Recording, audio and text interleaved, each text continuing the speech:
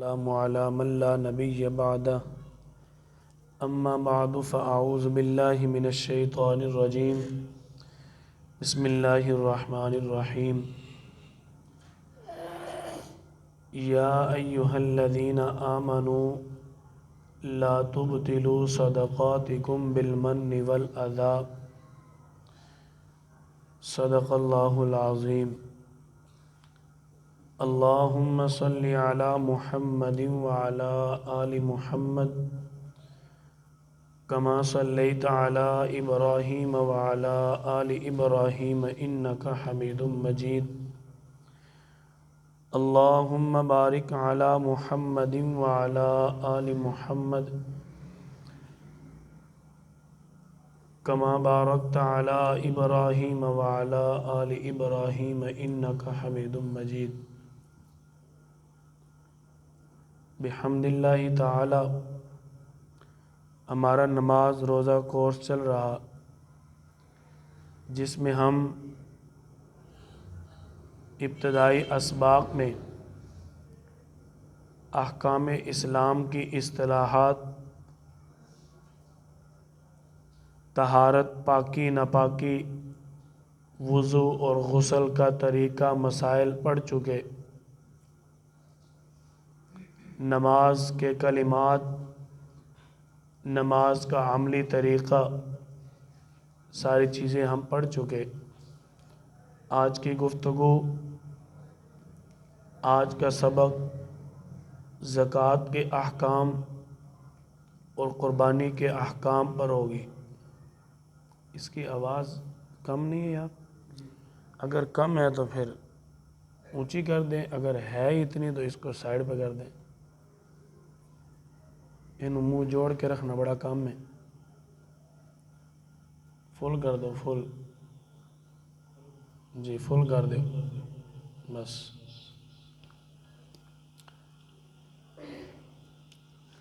زکوٰۃ کے حوالے سے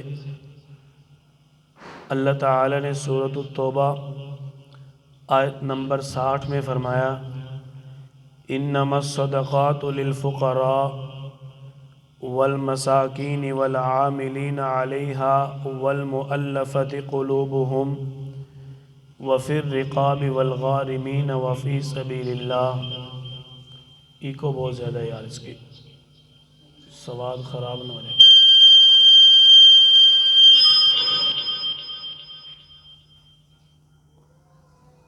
جس بندے مائک تے بٹن لایا اللہ انہوں جزائے خیر دے۔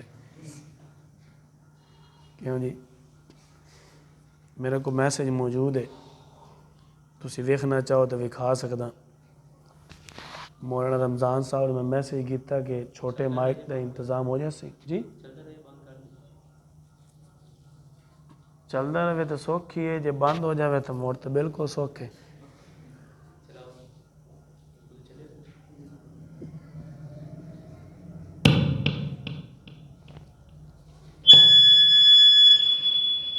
ایکو بس کم کر دو، ایکو نہ سان لوڑ ہی کونی، اسی تقریر کرنی کہ نعتاں پڑھنی، بس اتنے ٹھیک ہے، چھڑ دیو۔ مولانا رمضان صاحب نے گزارش کی ہے چھوٹے مائک کا انتظام ہو سکتا ہے، انہاں کہ جی آپ آ جائیں انشاءاللہ آج ہو جائے گا۔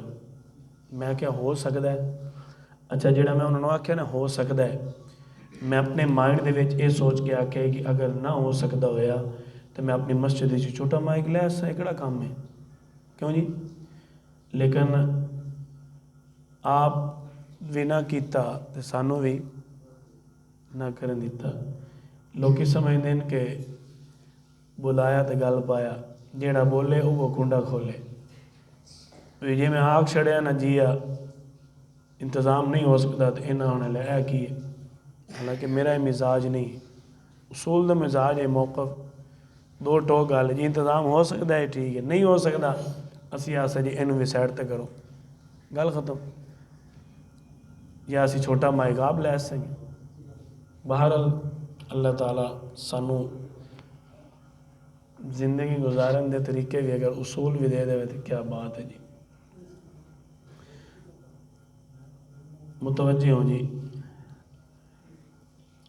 زکوٰۃ کی فرضیت کو ہجرت کے دوسرے سال اللہ تعالی نے مشہور قول کے مطابق بیان فرمایا۔ ایک قول یہ ہے کہ مکہ مکرمہ میں زکوٰۃ فرض ہو چکی تھی، لیکن اس کی مقدار، اس کا نصاب، اس کے مصارف، اس کے آداب، دیگر زکوٰۃ کے احکامات ہجرت کے دوسرے سال مدینہ طیبہ میں نازل ہوئے۔ دونوں اقوال میں تطبیق بڑی آسان ہے، حکم مکہ میں آیا، احکامات مدینہ میں آئے۔ اللہ تعالی نے نماز کے ساتھ بارہا دفعہ زکوٰۃ کو بیان فرمایا، اقیموا الصلاۃ وآتوا الزکاۃ۔ زکوٰۃ کے نصاب کے حوالے سے اللہ تعالی نے دو چیزوں کو بیان فرمایا ہے۔ سورۃ التوبہ میں والذین یکنزون الذہب والفضہ ولا ينفقونها فی سبیل اللہ فبشرہم بعذاب علیم، کہ اگر کوئی شخص سونا اور چاندی رکھتا ہے اور زکوٰۃ ادا نہیں کرتا تو اس شخص کے لیے دردناک عذاب ہے۔ فبشرہم بعذاب علیم، اس کے لیے دردناک عذاب کی خوشخبری ہے۔ اللہ تعالی نے مال دیا ہمیں، اور مال خرچ کرنے کا حکم بھی اللہ تعالی نے ہی دیا۔ اللہ تعالی نے یہ نہیں فرمایا ایمان والو اس مال میں سے خرچ کرو جو مال صرف تمہارا ہے، یہ نہیں فرمایا، بلکہ فرمایا یا ایھا الذین آمنوا، اے ایمان والو، انفقوا مما رزقناکم، اس مال میں سے خرچ کرو جو ہم نے تمہیں دیا، سرا وعلانیہ، ظاہر کر کے یا چھپا کر، والکافرون هم الظالمون۔ اللہ فرماتے ہیں اگر کوئی شخص نہیں زکوٰۃ ادا کرتا تو وہ اپنے آپ پر خود ظلم کر رہا ہے، اللہ کی طرف سے اس پر ظلم نہیں ہے۔ زکوٰۃ کی فرضیت ہو گئی۔ اب زکوٰۃ کے فضائل بھی اللہ تعالی نے بیان فرمائے۔ زکوٰۃ کے فضائل کے بارے میں اللہ تعالی نے کیا مثال زبردست بیان فرمائی۔ فرمایا مثل الذین ينفقون اموالهم فی سبیل اللہ، جو لوگ اللہ کے راستے میں مال خرچ کرتے ہیں ان کی مثال ایسے ہے کمثل حبۃ انبتت سبع سنابل فی کل سنبلۃ مئۃ حبہ، کہ اگر جیسے ایک بیج زمین میں لگایا جاتا ہے، اس بیج میں سے ایک پودا اگتا ہے، اس کی 60 ٹہنیاں بنتی ہیں، 60 ٹہنیوں کے اوپر 7 شاخیں لگتی ہیں، ہر شاخ کے اندر 7 دانے اگتے ہیں جو کئی 100 دانے بن جاتے ہیں۔ واللہ یضاعف لمن یشاء، آپ کا اللہ مال خرچ کرنے والے کا مال اسی طرح بڑھا کر پیش کرتا ہے۔ یہ اللہ کے راستے میں مال خرچ کرنے کی اللہ تعالی نے فضیلت بیان فرمائی۔ ان تبدوا الصدقات فنعما ہی وان تخفوها وتؤتوها الفقراء فهو خیر لکم۔ اللہ تعالی نے زکوٰۃ کے آداب بھی بیان فرمائے۔ اگر زکوٰۃ ادا کرتے ہوئے تم ظاہر کر کے دو فنعما ہی، یہ بھی قابل قبول ہے، اچھا ہے۔ وَإِن تُخْفُوهَا وَتُؤْتُوهَا الْفُقَرَاءَ فَهُوَ خَيْرٌ لَكُمْ، اگر تم چھپا کر دو فقراء کو، یہ تو بڑا ہی اچھا ہے، یہ تو بڑا بہترین ہے۔ اللہ تعالی نے زکوٰۃ کے آداب بیان فرمائے کہ کچھ مواقع ایسے ہوتے ہیں جہاں پر زکوٰۃ ادا کرتے ہوئے بندے کو اظہار کرنا پڑتا ہے، بندے کو مستحق کو زکوٰۃ دیتے ہوئے کبھی کبھی اقرار کرنا پڑتا ہے۔ مثال کے طور پر اگر کسی شخص نے کسی بینک کے ذریعے زکوٰۃ ادا کرنی ہے یا کہیں کسی بیرون ملک میں زکوٰۃ ادا کرنا چاہتا ہے تو پھر اس کے سگنیچر بھی چلیں گے، دستخط بھی کرنے پڑیں گے، فارم بھی پر کرنا پڑے گا۔ اگر وہ اسی تقوی کو لے کر بیٹھا رہے کہ اللہ تعالیٰ نے فرمایا مال چھپا کر خرچ کرنا ہے تو وہ میرے خیال میں دستخط کرنے سے ڈرتا رہے گا، کیوں جی ایسا ہی ہے نا؟ تو اللہ تعالیٰ نے اس امت کو کتنی زبردست سہولت عطا فرمائی، ان تبدوا الصدقات فنعما ہی، اگر ظاہر بھی کر کے دے دو اچھا ہے، اجر ملے گا، وَتُؤْتُوهَا الْفُقَرَاءَ فَهُوَ خَيْرٌ لَكُمْ، اگر تم ظاہر نہیں کرتے چھپا کر دیتے ہو یہ تو بڑا ہی بہتر ہے۔ اللہ تعالیٰ نے زکوٰۃ ادا کرنے کا جو دوسرا ادب بیان فرمایا، یا ایہا الذین آمنوا، اے ایمان والو، لا تبطلوا صدقاتکم بالمن والاذی، کہ کسی کو احسان جتلا کر، کسی کو تکلیف پہنچا کر تم اپنے اعمال، اپنے صدقات ضائع نہ کر بیٹھو۔ کیوں؟ کیونکہ جو شخص یہ کام کرتا ہے فَمَثَلُهُ كَمَثَلِ صَفْوَانٍ عَلَيْهِ تُرَابٌ وَابِلٌ فَتَرَكَهُ صَلْدًا، جو شخص مال دکھلاوے کے لیے دیتا ہے، ریاکاری کے لیے دیتا ہے، روب جمانے کے لیے دیتا ہے، دوسرے کو نیچے لگانے کے لیے دیتا ہے، جو کسی کو مال دیتے ہوئے احسان جتلاتا ہے، اللہ فرما رہے اس کی مثال ایسے ہے، فَمَثَلُهُ كَمَثَلِ صَفْوَانٍ عَلَيْهِ تُرَابٌ، ایک چٹان کے اوپر گرد و غبار پڑی ہو، فَأَصَابَهُ وَابِلٌ فَتَرَكَهُ صَلْدًا، آسمان سے زوردار بارش برسے اور وہ گرد و غبار کو بہا کر نالی میں پھینک دے، بالکل اس شخص کے مال خرچ کرنے کی اسی طرح مثال ہے، جو دکھلاوے کے لیے مال خرچ کرتا ہے اس کا مال بھی اس گرد و غبار کی طرح بہہ کر ضائع ہونے والا ہے۔ اللہ تعالیٰ نے زکوٰۃ ادا کرنے کے آداب بیان فرمائے۔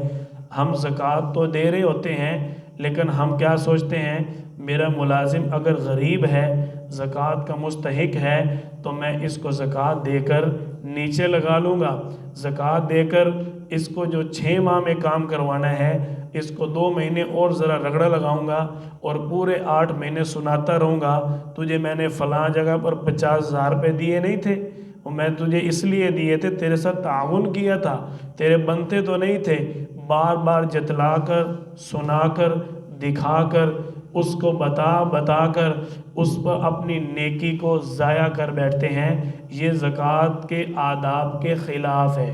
اگر زکوٰۃ ادا کرنی ہے، اللہ تعالی نے، آپ صلی اللہ علیہ وسلم نے جو ادب بیان فرمایا کہ ایک ہاتھ سے دو تو دوسرے ہاتھ کو بھی پتہ نہیں چلنا چاہیے، اور زکوٰۃ ادا کرنے کا صحیح وقت کیا ہے۔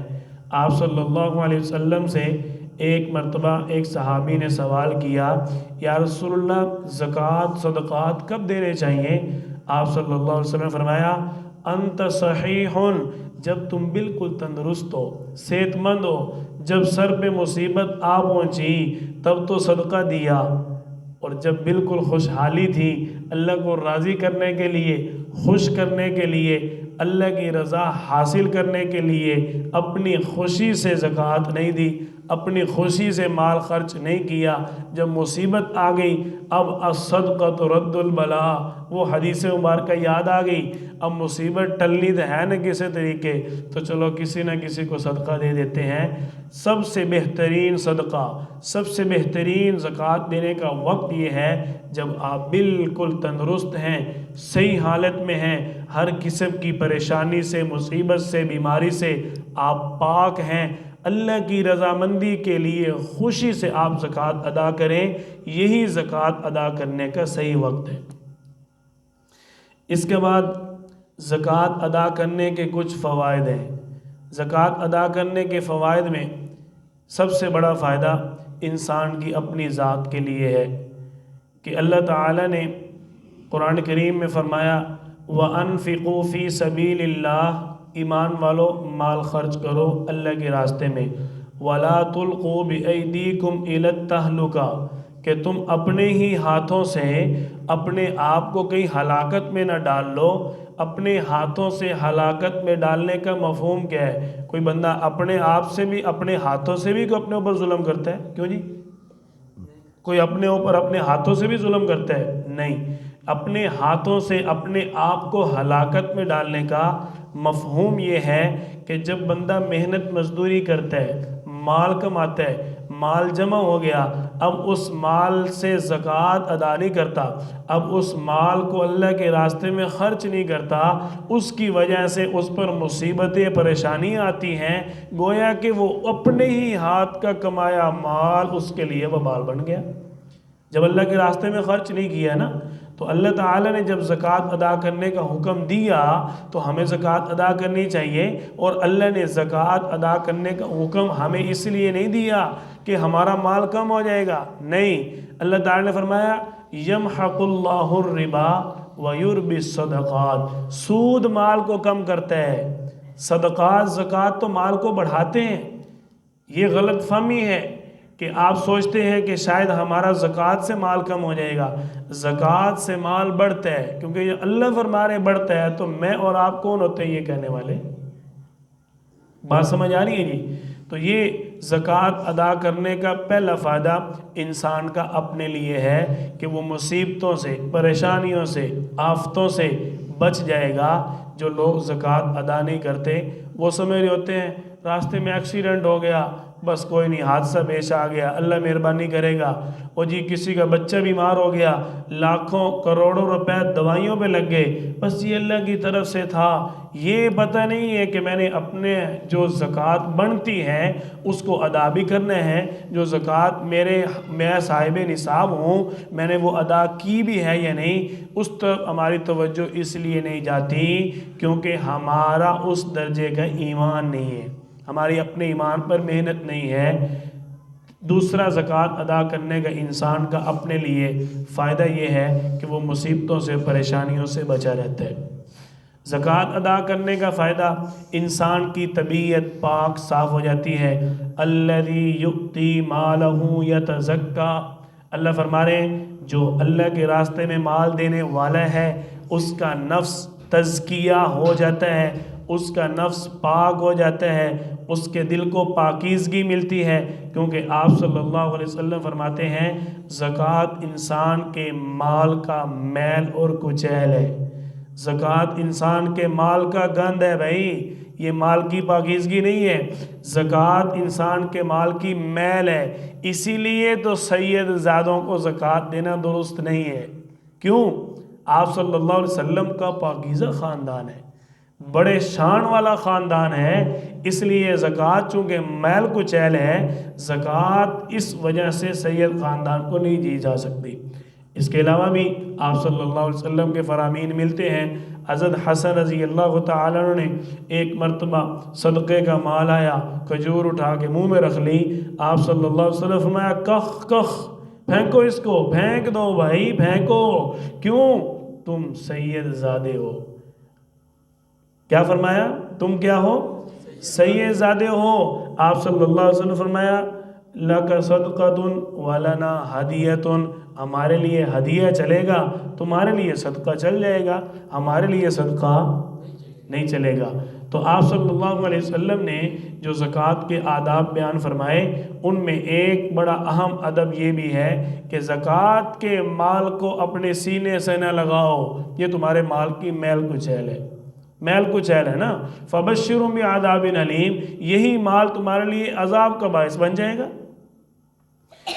آپ صلی اللہ علیہ وسلم کے فرامین میں یہ بات ملتی ہے کہ جو شخص بر وقت زکوٰۃ ادا نہیں کرے گا اس کا مال قیامت والے دن اس کا مال آگ کے توق بنا کر اس کے گلے میں ڈالے جائیں گے، اور وہ سوچ رہا ہوگا یہ کیا ہے، تو اس کو کہا جائے گا تو کہتا تھا میرا مال۔ آپ صلی اللہ علیہ وسلم فرماتے ہیں کہ انسان کہتا ہے میرا مال میرا مال میرا مال، حالانکہ اس کا مال صرف وہ ہے جو اس نے اپنے لیے کوئی صدقہ جاریہ بنا دیا، یا جو اس نے اللہ کے راستے میں خرچ کر دیا، یا اس نے کسی نیک اپنی اولاد پر خرچ کر کے اس کو اللہ کے راستے میں چھوڑ دیا، یہ اس کے لیے صدقہ جاریہ ہے، اس کے علاوہ اس کا کوئی بھی مال نہیں ہے۔ اور انسان کی حرص کیا ہے؟ صحیح بخاری میں حدیث مبارکہ آپ صلی اللہ علیہ وسلم فرماتے ہیں اگر انسان کے پاس ایک پوری وادی سونے کی آ جائے، محلہ مسکین پورا تو چھوٹا سا ہے بھائی، پوری وادی، پورا قصبہ اگر سونے کا آ جائے تو انسان کے کاش 2 وادیاں ہوتی، دو آ جائیں گی، کہے گا کاش تھوڑی اور ہوتی، الہاکم التکاثر حتی زرتم المقابر، انسان کا پیٹ مٹی سے بھرنے والا ہے، اس کے علاوہ انسان کا لالچ بھرنے والا نہیں ہے۔ زکوٰۃ کے فوائد میں ایک معاشرتی فائدہ ہے کہ ہر معاشرے کا یہ حصہ ہے، کچھ لوگ غریب ہوتے ہیں، کچھ لوگ متوسط ہوتے ہیں، کچھ لوگ مالدار ہوتے ہیں۔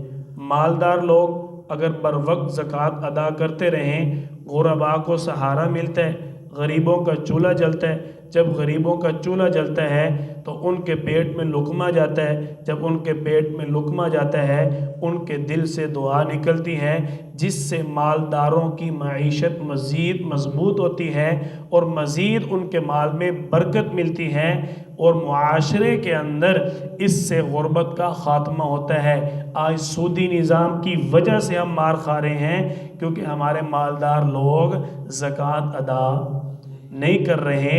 آپ خود دیکھ لیں کہ ابھی چند دن پہلے کی بات ہے، ایک شخص سے میڈیا پر ایک اینکر سوال کر رہا تھا کہ آپ کا جو 350 ارب روپے، 350 ارب ڈالر، سوری روپے تو منہ سے نکل گیا، 350 ارب ڈالر جو آپ کا پڑا ہے، آپ اس سے قرض کیوں نہیں ملک کا اتار دیتے؟ تو اس شخص نے جو جواب دیا وہ سیاسی ہے یا غیر سیاسی، لیکن سوالیہ نشان یہ ہے کہ جو ان کے مال کی زکوٰۃ بنتی ہے وہ تو پھر اربوں روپے بنتی ہوگی نا۔ جب ڈالروں میں ایک نہیں 200 سے بھی اوپر کا ڈالر جا رہا ہے تو پھر وہ شخص اگر زکوٰۃ ہی ادا کر دیں تو ہمارے ملک سے آدھی غربت تو ختم ہو جائے گی۔ کیوں جی؟ ہو جائے گی کہ نہیں؟ لیکن جب تک ہمارے ملک کے اندر اسلامی نظام نہیں آئے گا تب تک آپ انقلاب کا سوچے بھی نہ۔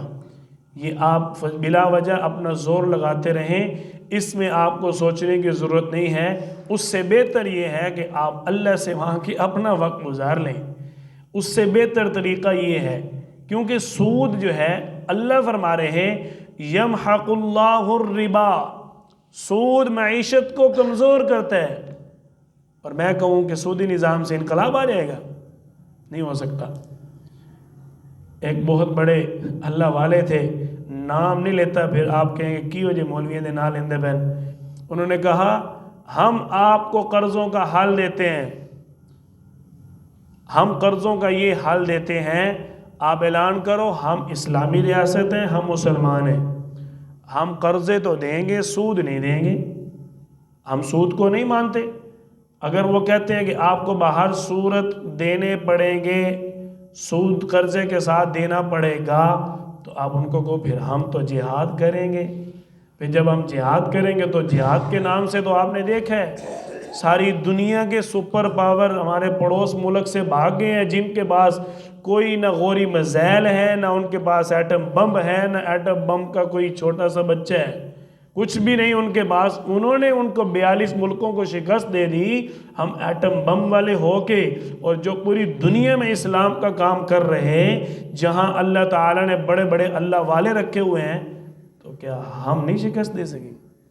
کیوں نہیں؟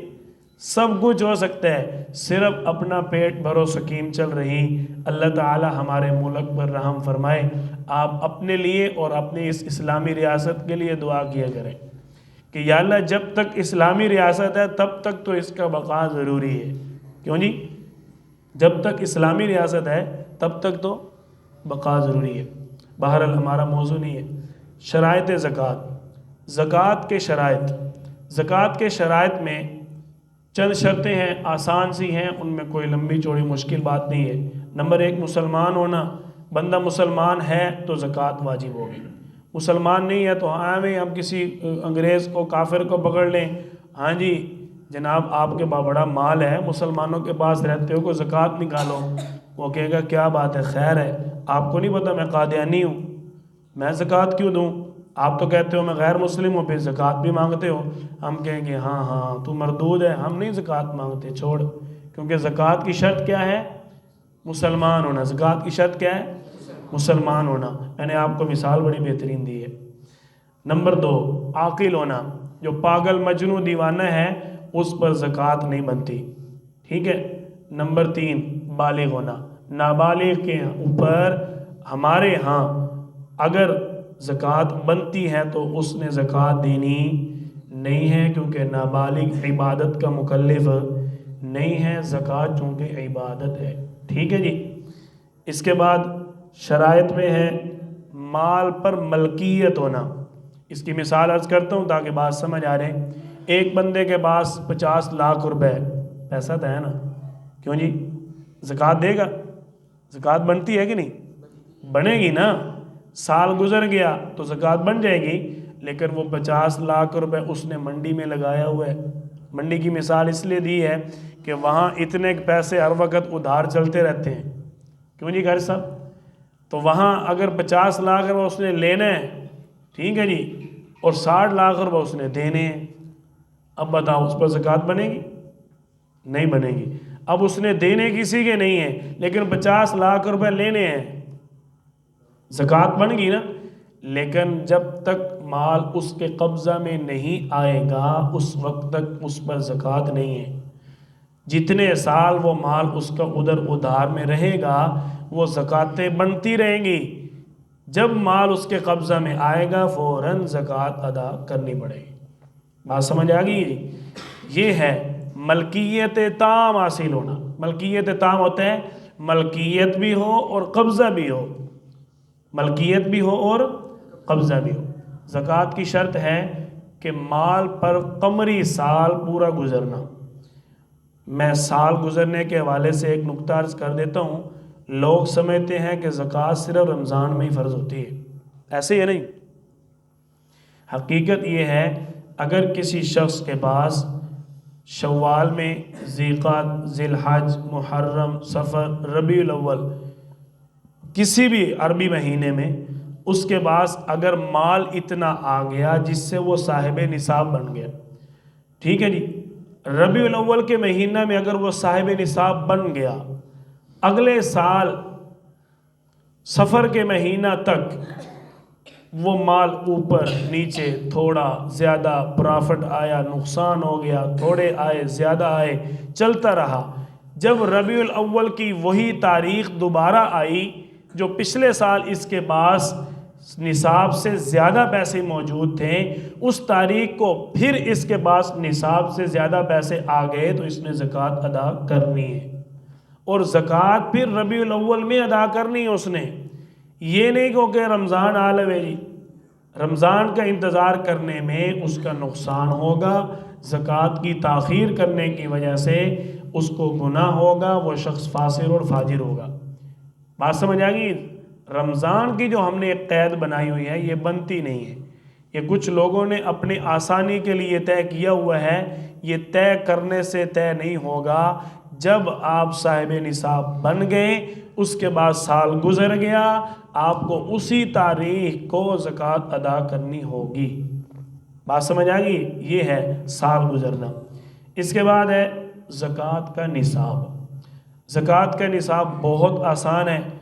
7.5 تولہ سونا یا اس کے برابر مالیت بندے کے پاس ہو تو زکوٰۃ ادا کرنی ہوگی. 52.5 تولہ چاندی یا اس کے برابر مالیت ہو تو آدمی کے لیے زکوٰۃ ادا کرنی ہوگی. ساری مالیت میں قبضہ وہی پہلے عرض کر دیا. مالیت کے اندر ایک چیز کا خاص خیال رکھنا ہے کہ اس مالیت پر سال بھی گزرا ہو. مالیت پر سال بھی گزرا ہو. اگر مالیت پر سال نہ گزرا ہو تو پھر پریشان ہونے کی ضرورت نہیں ہے. قربانی کا حکم یہ ہے کہ وہاں سال گزرنا شرط نہیں ہے. قربانی کے 3 ایام کے اندر اگر کوئی شخص صاحب نصاب بن گیا تو اس نے قربانی ادا کرنی ہے.